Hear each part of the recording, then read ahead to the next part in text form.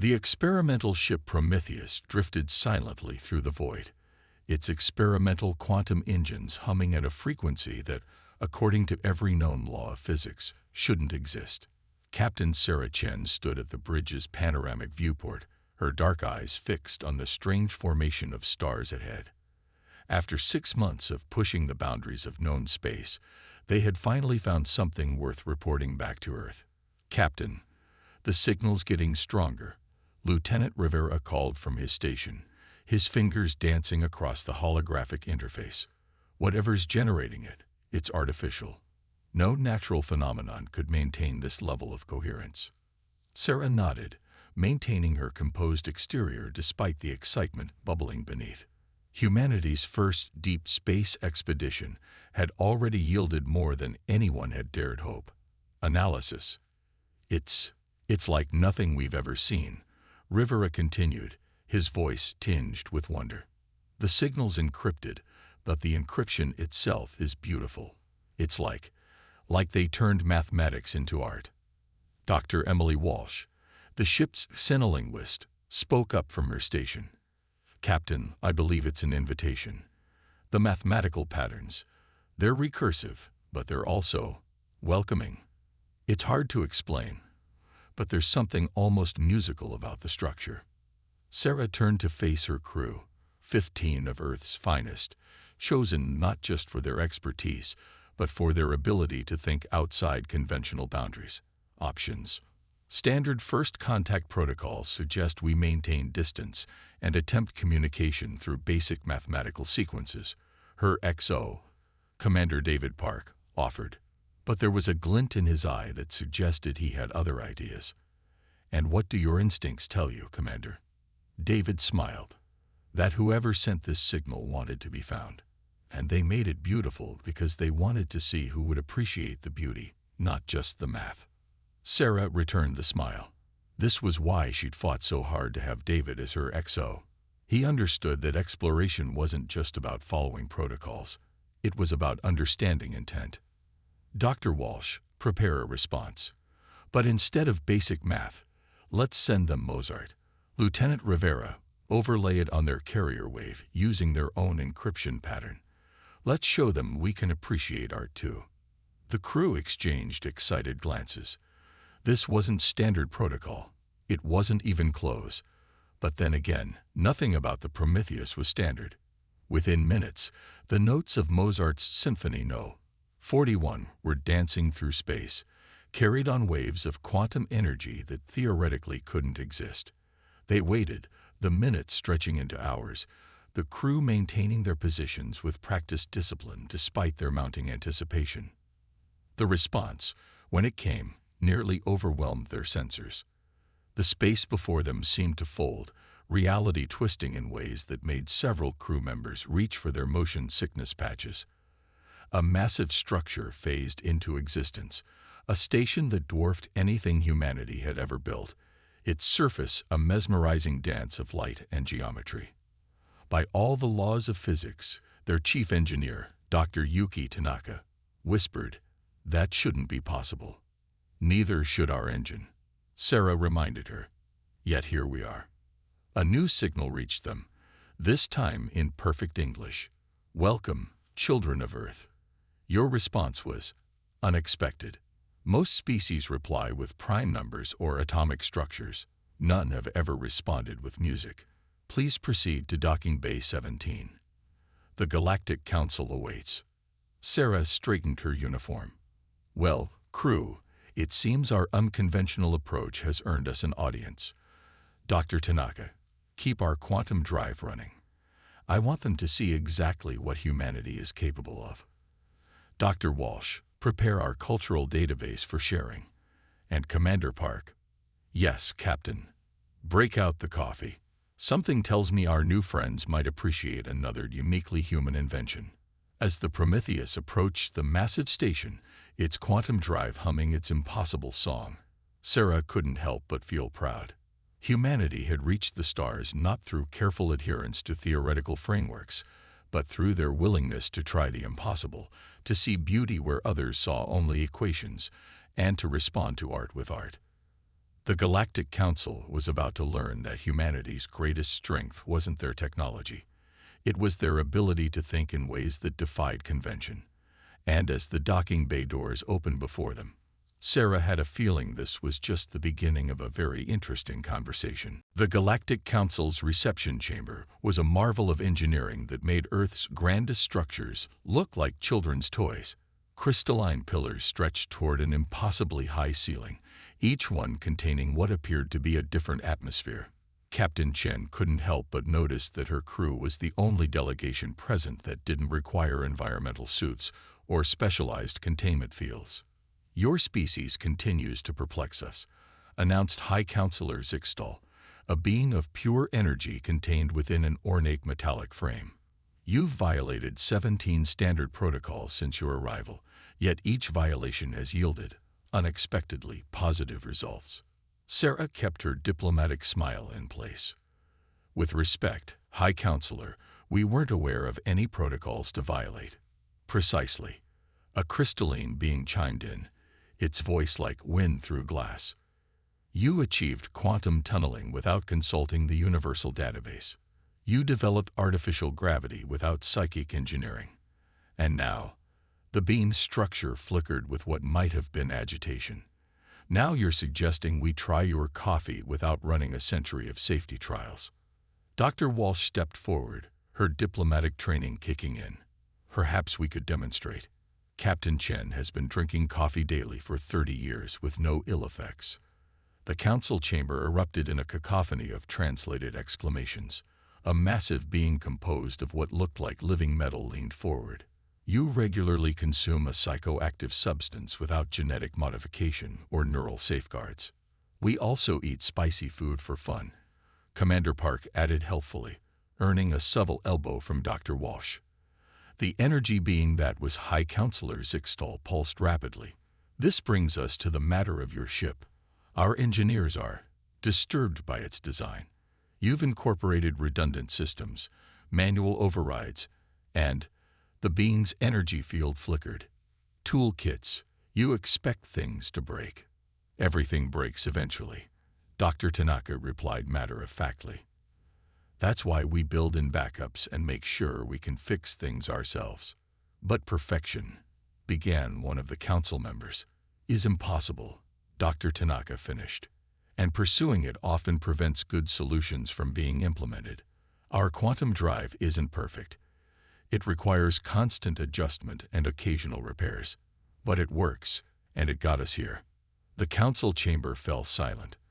Finally, a being that appeared to be made of living shadows spoke. "You are saying that imperfection is acceptable." Sarah stepped forward. "More than acceptable. It's valuable. Every failure teaches us something new. Every repair makes us better understand our technology. Every imperfection shows us where we can improve." "And the coffee?" the crystalline being asked, its structure shifting with what might have been curiosity. "Is definitely not perfect," Sarah smiled. "But it helps us think better, brings people together, and honestly, some of humanity's best ideas have come over a cup of coffee." High Counselor Zixtal's energy field swirled in complex patterns. "Your approach defies millennia of established wisdom." Yet, the beam paused, its energy patterns shifting to a deeper hue. "Yet your quantum drive works. Your ship functions. Your species thrives. Perhaps we should examine this coffee ritual." Within hours, the council chamber had been transformed. Small groups of diverse beings clustered around makeshift tables, carefully analyzing, and in some cases actually consuming Earth's most popular beverage. The crystalline being turned out to be particularly fond of espresso, its structure resonating at a higher frequency after each sip. "Captain," Commander Park murmured, watching a group of energy beings attempt to understand the concept of a coffee break, "I think we might have just revolutionized galactic society with caffeine." "That's not all we're revolutionizing," Sarah replied quietly, noting how the various council members were beginning to interact more informally, their rigid protocols softening in the face of human-style social interaction. "They've been doing things the same way for so long They'd forgotten there are other ways to approach problems. Dr. Walsh joined them, her expression thoughtful. They're not just learning about coffee, they're learning about adaptation, about the value of imperfection and informal solutions. This could change everything. Before Sarah could respond, an alarm blared through the station. High Counselor Zixtal's energy field flared with urgent patterns. Emergency in Sector 7. A voice announced in multiple languages. Quantum core destabilization detected. All standard protocols have failed. Containment breach imminent. The council members began to panic, their perfect order dissolving. But Sarah noticed something else. The human crew of the Prometheus was already moving. Dr. Tanaka pulling up schematics on her tablet. Commander Park organizing resources. High Counselor, Sarah called out, her voice cutting through the chaos. We're used to dealing with imperfect systems and unexpected failures. With your permission, we'd like to help. The energy being's field pulsed once, then steadied. Standard protocols have failed. Perhaps it is time to try something new. As her crew sprang into action, Sarah couldn't help but smile. Sometimes the greatest contribution humanity could make wasn't their technology or their strength, but their very human ability to embrace imperfection and find solutions in chaos. Alarms continued to blare throughout the massive station as Dr. Tanaka sprinted through the corridors, following the quantum disturbance readings on her tablet. Behind her, a mix of human crew members and increasingly agitated alien engineers struggled to keep pace. Your quantum core design is similar to ours, she called out to the floating geometric patterns that represented the station's chief engineer. But you've automated everything. Where are your manual controls? Manual controls. The alien engineer's patterns shifted in distress. Such primitive interfaces were eliminated centuries ago. The system is perfect. Clearly not. Commander Park interrupted, checking his own readings. Perfect systems don't fail. And when imperfect systems fail, you need a way to get your hands dirty and fix them. They reached the quantum core chamber, a massive spherical room dominated by a swirling vortex of energy that seemed to fold space itself. Holographic displays showed cascading failures throughout the system, their alien symbols flashing in urgent patterns. The containment field is operating at 18% efficiency and falling, announced one of the alien technicians, its crystalline form vibrating with stress. The automated restoration protocols have failed. Without containment, the quantum core will collapse, taking half the sector with it. Dr. Tanaka was already moving, her fingers flying across her tablet as she interfaced with the alien system. Your automation is fighting itself. Each subsystem is trying to achieve perfection without considering the whole. We need to shut down the automation and take manual control. Impossible. The geometric engineer's patterns became chaotic. The systems cannot function without perfect synchronization. Manual control would be like trying to conduct a quantum symphony with sticks. Sarah stepped forward, her expression firm. Sometimes you need to simplify things to solve them. Dr. Tanaka, what do you need? Their quantum core works on principles similar to our drive, just scaled up. Tanaka replied, not looking up from her calculations. If we can interface our ship's control systems with their core, we might be able to stabilize it long enough to implement a fix. But I'll need direct access to the containment field generators. Access granted, came a new voice. High Counselor Zixtal appeared, its energy form pulsing with urgency. Do whatever you must. We trust you. The next hour was a blur of activity that shocked the alien observers.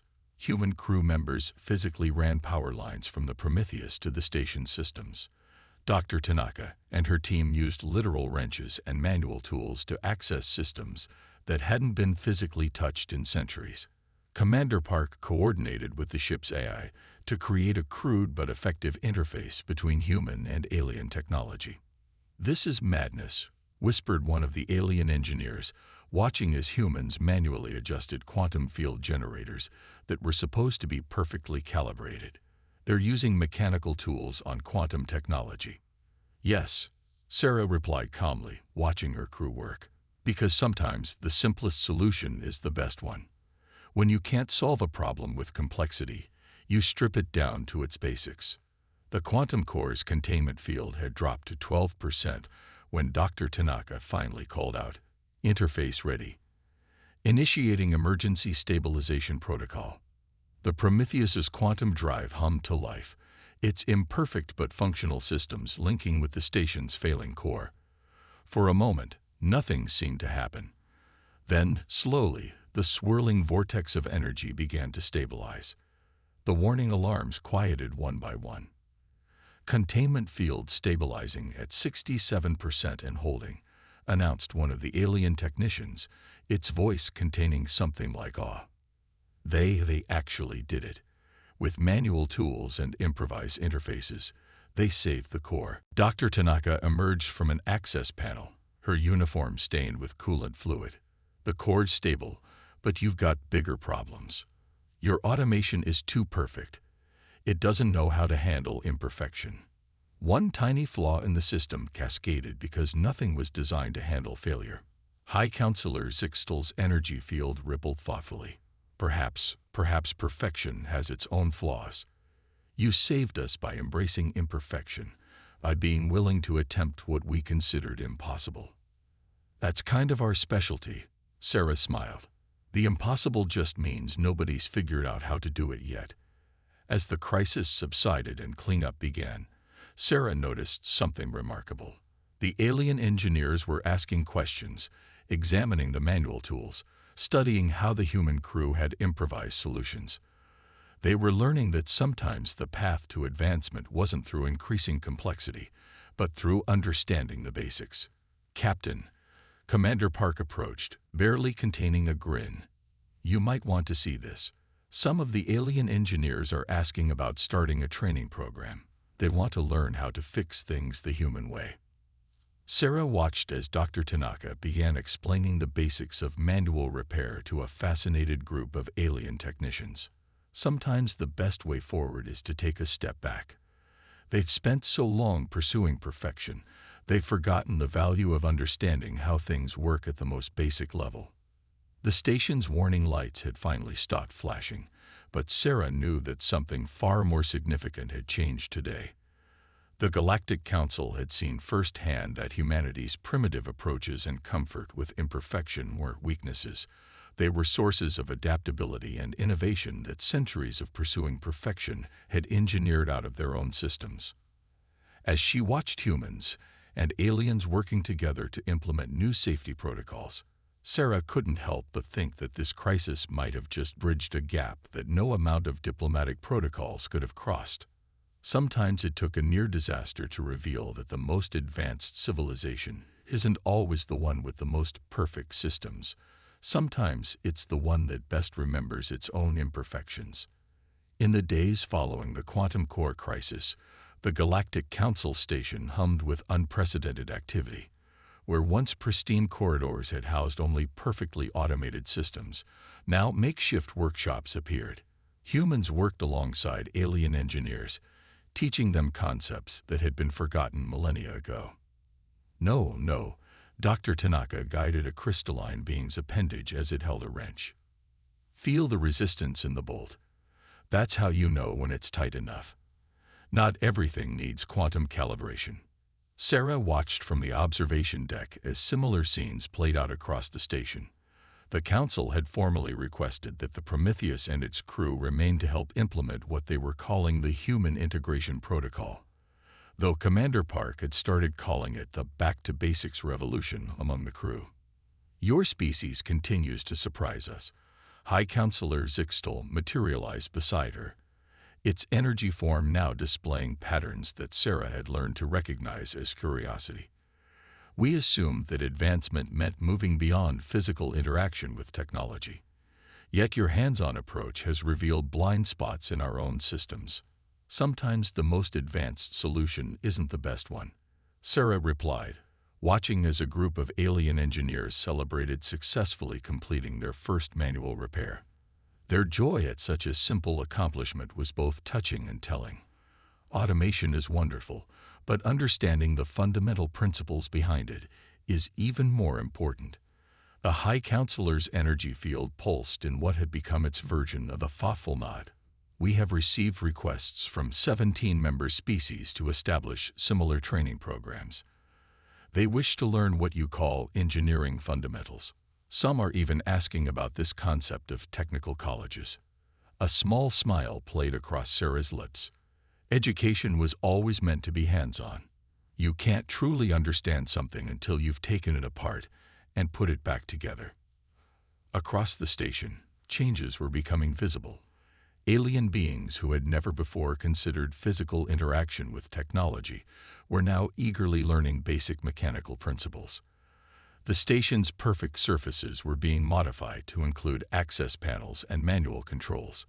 Even the council chambers had been redesigned to include what they termed emergency simplified interfaces. Dr. Walsh approached, carrying her tablet. "Captain, you need to see this. The cultural exchange database is exploding with requests. They're not just interested in our technology anymore. They want to know about our education systems, our problem-solving methodologies, even our entertainment." Entertainment. The High Counselor's energy patterns shifted to indicate surprise. "Apparently," Dr. Walsh smiled, "some of your younger engineers have discovered human action movies. They're particularly fascinated by MacGyver and other stories about improvised solutions to problems." Commander Park joined them, barely containing his amusement. "You should see the simulation chambers. They're running scenarios where they have to solve problems with limited resources, basically space MacGyver, and they're loving it." But it wasn't all just practical changes.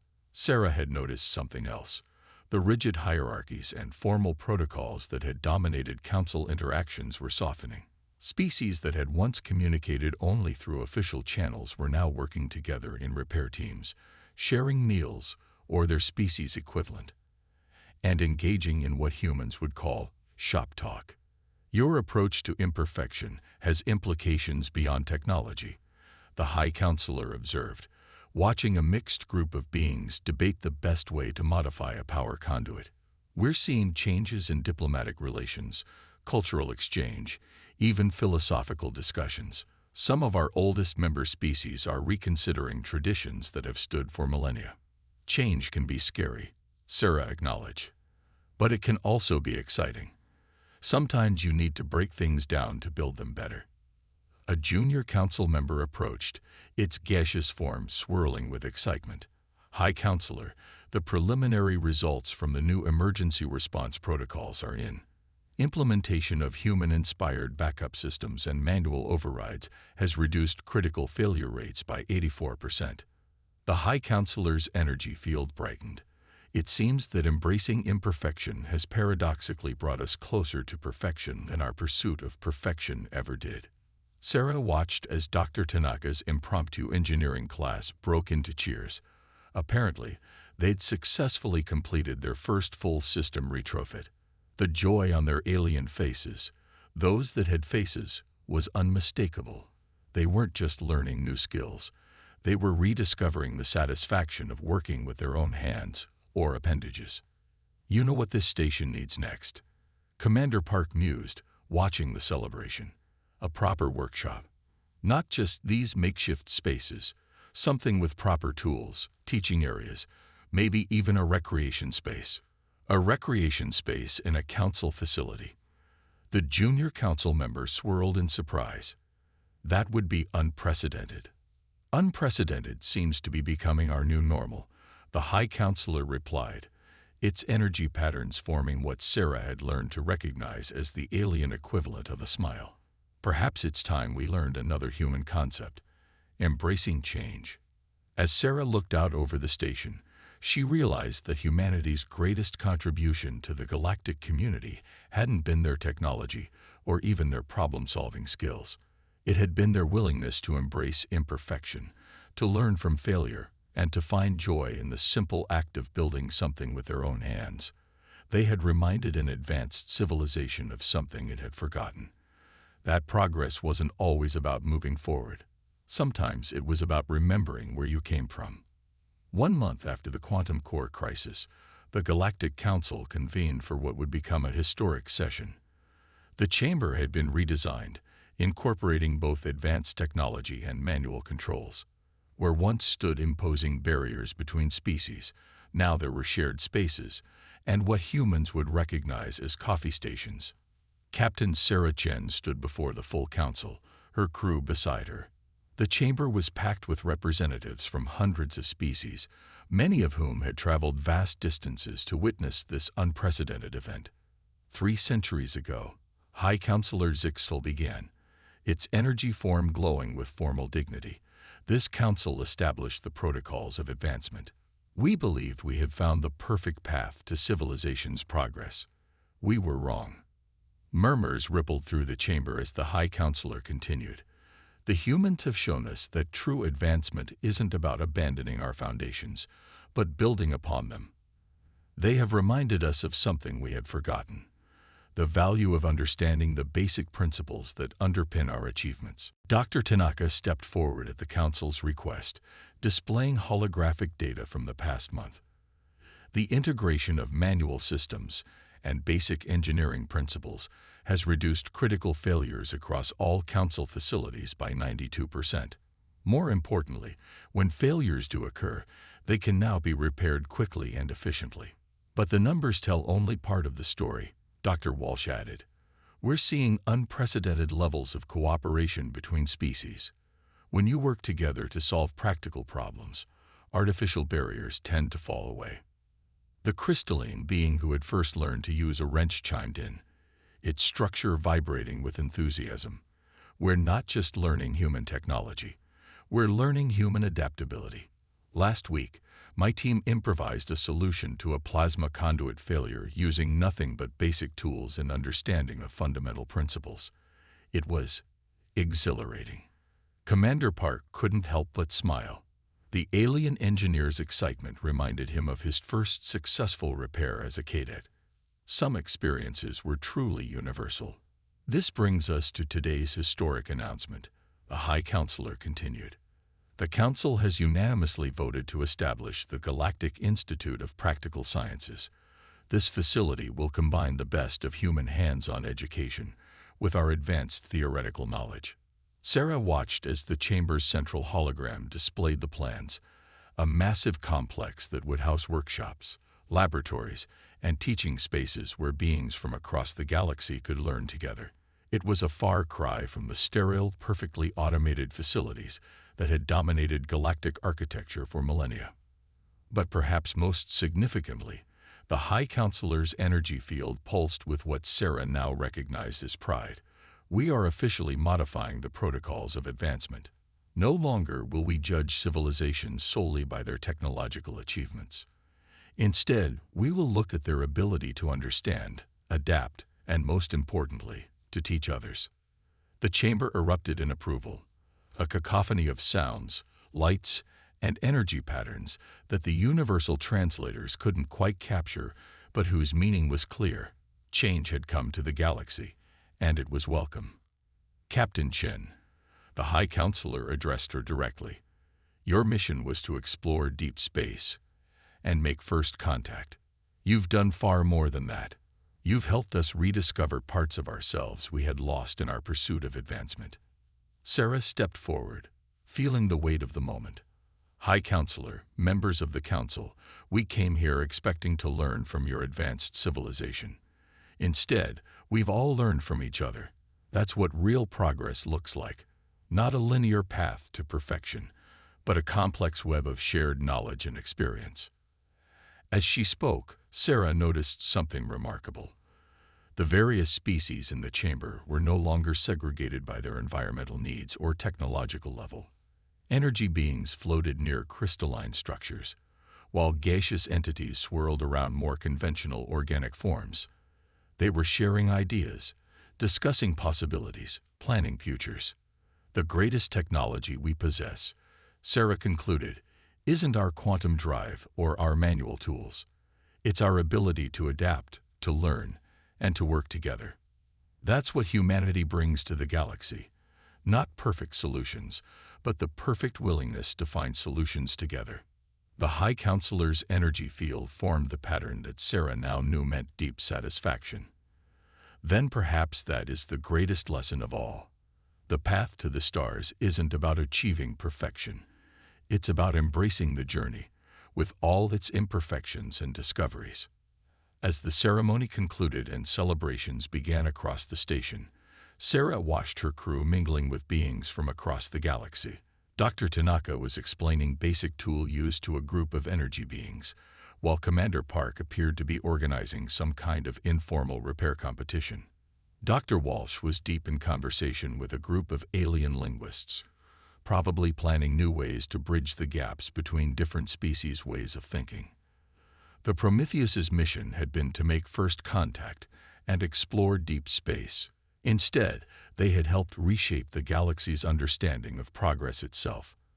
As Sarah watched humans and aliens working together, learning from each other, she realized that this was just the beginning.